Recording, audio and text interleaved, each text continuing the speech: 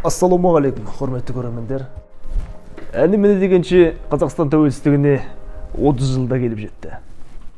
Осы тәуелсіздік үшін біздің ата-бабаларымыз сан қилы қиындықтарды бастан өткерді. Осыларды жырлап өткен Мұқағали атамыздың бір керемет өлеңі бар.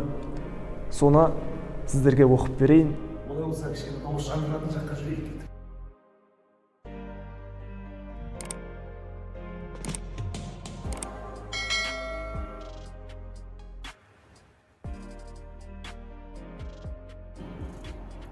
Бұл Мұқағали Мақатаевтың қасіретті өлеңдерінің бірі. Мен соғысқа бармадым.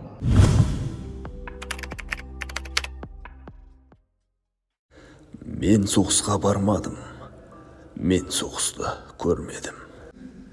Бірақ көрдім солдаттың үйіне келіп өлгенін. Құмарлана құшалмай сағынышын жеңгемнің. Құлағанын үйге кеп өз көзіммен көргенмін. Мен соғысқа бармадым. Мен соғыста болмадым. Жүрді бірақ майданда мен жіберген қолғабым. Көрдік бірақ құрбы қыз толмай жатып солғанын. Жібіткен көргенмін әлдекімнің тоңдарын.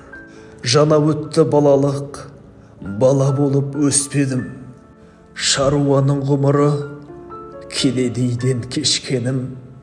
Менен сұра бидайдың егілгенін, өскенін.